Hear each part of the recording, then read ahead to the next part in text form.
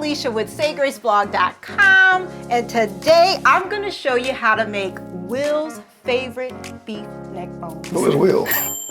Now, I had never made beef neck bones before I met this guy. He is a real Southern dude, right, honey?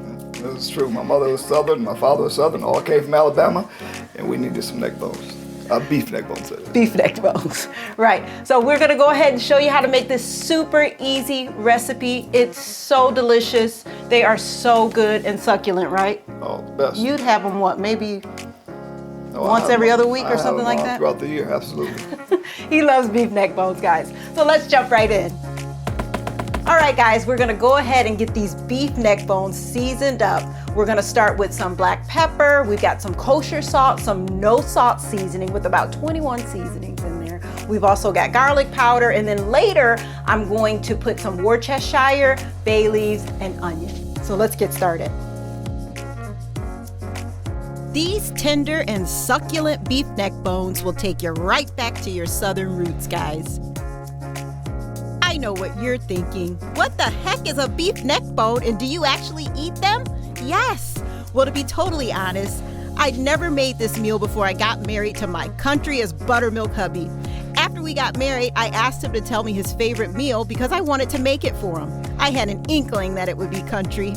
To take the meal over the top, he requested mixed turnip and mustard greens, pinto beans, and hot water cornbread.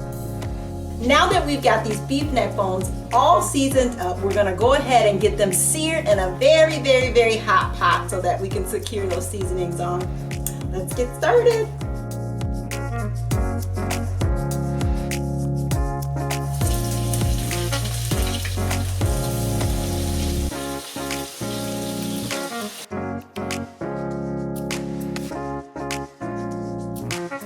Now, when I make beef neck bones, I always want to make sure that they're covered in onions for added moisture and flavor. So I'm going to get these sliced up.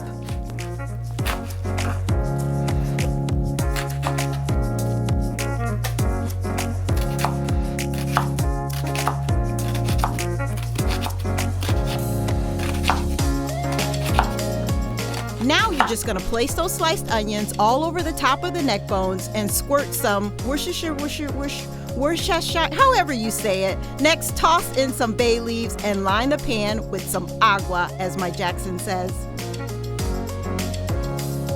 Lastly, cover with foil and place in a 325-degree oven for about 3.5 to 4 hours.